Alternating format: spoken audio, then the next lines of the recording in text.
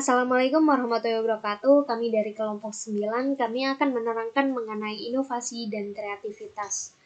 Pada slide pertama ada 3 bubble, di mana yang pertama adalah what is desirable to user, what is viable in the marketplace, what is possible with technology, dan juga yang ada di tengah-tengah yang akan kita bahas hari ini adalah inovasi.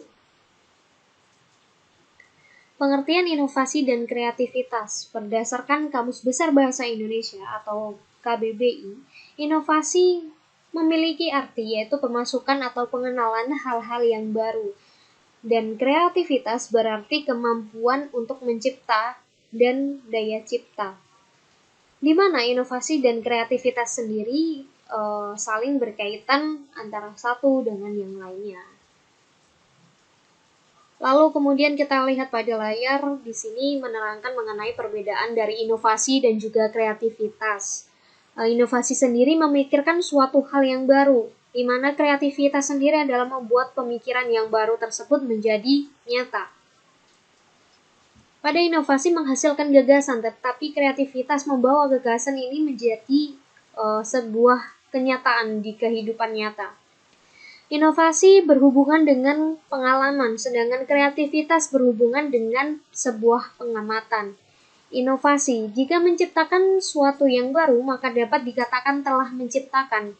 Pada kreativitas, jika memperbaiki sesuatu yang sudah ada, bisa dikatakan telah melakukan inovasi. Lalu pada slide selanjutnya, fungsi kreativitas dalam proses inovasi merupakan pembangkitan ide yang menghasilkan penyempurnaan efektivitas dan efisiensi pada suatu sistem.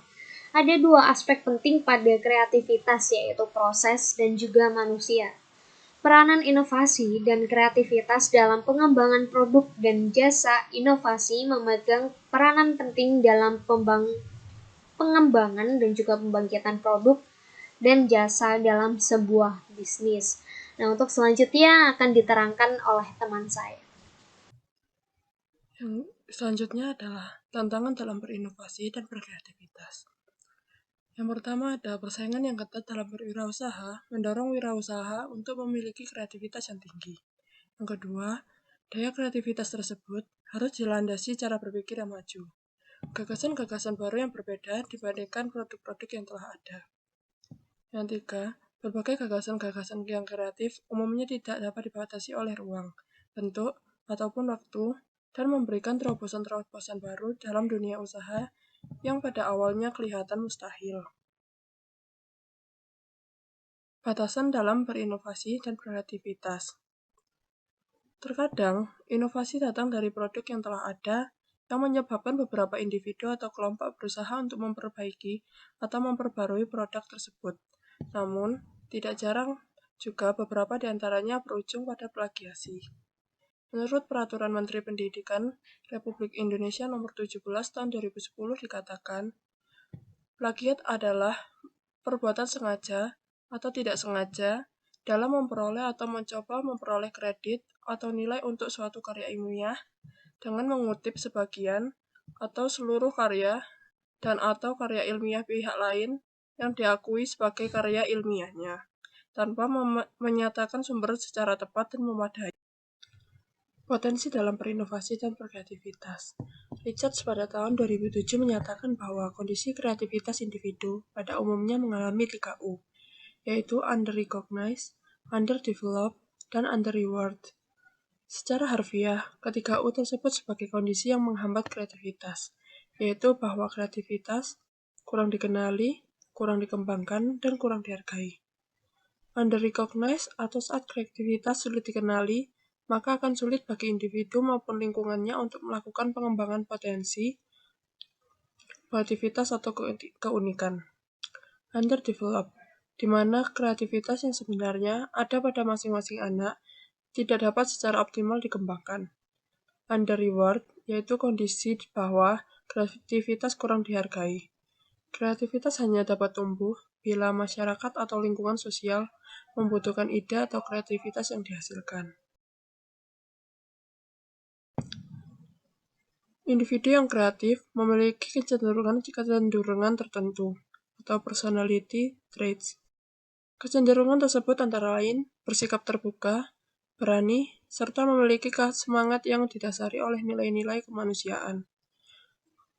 Mampu memanfaatkan ide yang tampaknya biasa-biasa saja atau tampaknya umum dalam kehidupan sehari-hari, namun ide tersebut dibuat menjadi tampak unik atau baru dan dapat menghasilkan nilai ekonomis.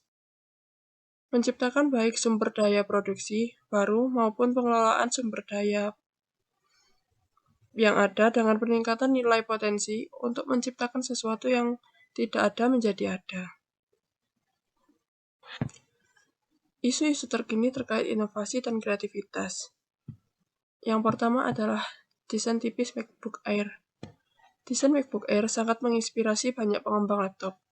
Desain tipis dari MacBook Air memang boleh dikatakan sebagai penginspirasi banyak perusahaan laptop untuk membuat produk mirip dengan ciptaan Apple. Yang kedua adalah plagiarisme Mobile Legends terhadap League of Legends. Shanghai Mountain Technology, perusahaan milik Mobile Legends, kalah dalam sidang kasus plagiarisme terhadap League of Legends. Kasus ini diawali oleh Tencent, perusahaan induk dari Riot Games, pemilik dari game League of Legends, menuntut Mountain dalam tindak plagiarisme. Mountain dianggap telah meraup jutaan US dollar dengan melakukan plagiarisme terhadap League of Legends. Lalu, apa bedanya kreatif dan inovatif?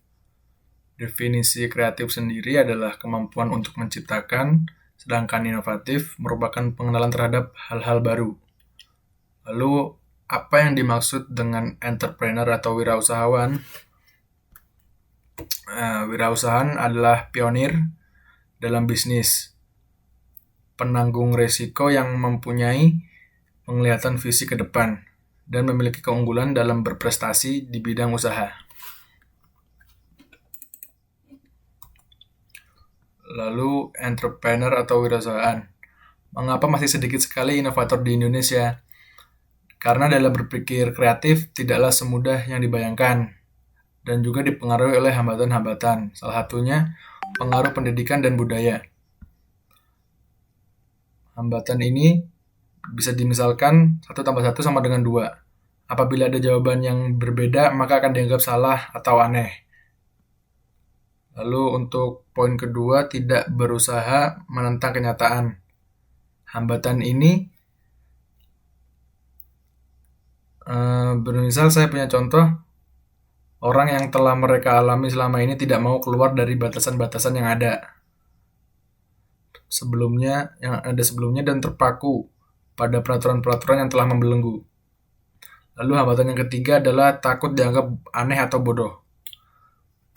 Orang tersebut menjadi tidak berani mengeluarkan ide atau pendapat yang sebenarnya sudah dipikirkan dan ada dalam benak pikirannya.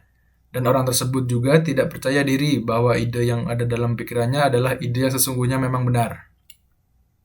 Belum selesai dengan permasalahan tersebut, akhirnya muncul tantangan-tantangan baru. Tantangan dalam wirausaha hari ini adalah halayak masyarakat banyak memanfaatkan perkembangan teknologi dalam melakukan kegiatan, terutama teknologi berbasis internet, sehingga akan kurang maksimal keuntungan dari usaha jika suatu usaha tidak memanfaatkan perkembangan teknologi tersebut. Dalam hal ini, suatu usaha kalah bersaing jika menggunakan metode konvensional. Persaingan bisnis atau ekonomi akan semakin ketat karena arus informasi juga semakin cepat. Sukses tergantung pada kemampuan kita menyelaraskan ketiganya, iteration, innovation, dan disruption. Jika Anda tidak mendisrupsi diri sendiri, Anda akan mendapatkannya dalam bentuk hadiah dari orang lain. Kutip dari Mark Zuckerberg. Kemudian runtuhnya perusahaan Nokia. Kami tidak melakukan kesalahan apapun. Tiba-tiba kami kalah dan punah. Kami berkonsultasi pada para ahli pada saat itu. Kami mengikuti saran mereka tanpa melewatkan sedikit hal pun. Kutip Stephen Elop, CIO dari Nokia. Dunia tengah menyaksikan runtuhnya perusahaan-perusahaan besar. Brand-brand yang 10-30 tahun lalu begitu mempesona dan berkibar, hilang begitu saja. Suka tidak suka, Internet of Things membentuk kita mulai hari ini. Contoh perusahaan-perusahaan konvensional dengan perusahaan-perusahaan baru yang menggunakan Internet of Things. Contohnya adalah Airbnb, dengan hotel konvensional. Lalu ada Uber dengan taksi konvensional. Kemudian ada Gojek dengan ojek biasa. Perusahaan yang tidak dapat memanfaatkan big data dengan baik dan benar akan tertinggal oleh kompetitor-kompetitor yang lain. Pahami market yang akan kita tuju. Kita hidup di zaman di mana milenialis adalah target pasar utama dalam beberapa tahun ke depan. Milenialis itu sendiri memiliki ciri-ciri yang beragam. Berikut ciri-ciri milenialis berdasarkan Hidden Times. Yang pertama, gampang bosan dengan barang yang dibeli. Para milenialis banyak sekali membeli barang yang tidak diperlukan atau impulsive buying. Yang kedua, no gadget, no life. Para milenialis pasti membawa gadget dimanapun, kapanpun itu. Yang ketiga, ada hobi melakukan pembayaran non-cash. Para milenialis sering menyebutnya dengan non-cash society. Yang keempat, suka dengan yang serba cepat dan instan. Dan yang terakhir, dikit-dikit posting. Para milenialis pasti akan posting apa yang dia makan, lagi di mana mereka, dan lagi mendengarkan apa mereka, dan sebagainya. Smart is not enough. Pintar saja tidak cukup. Untuk menghasilkan terobosan-terobosan baru, diperlukan inovasi dan kreativitas yang sangat tinggi. Anak bangsa Indonesia yang sudah berhasil membuktikan kalau Indonesia mampu. Asal dibarengi dengan usaha yang maksimal dan berdoa, insya Allah pasti bisa. Berikut, ada para unicorn dari Indonesia. Yang pertama ada Gojek dengan total pendanaan 1,75 miliar US dollar. Yang kedua ada Tokopedia dengan total pendanaan 1,347 miliar US dollar. Yang ketiga ada Traveloka, total pendanaan 500 juta US dollar. Dan yang terakhir ada Bukalapak yang total pendanaannya tidak diketahui. Serta jajaran yang pendanaan dari mana pendanaan itu. Terima kasih dari kelompok kami. Salah hilap mohon maaf. Assalamualaikum warahmatullahi wabarakatuh.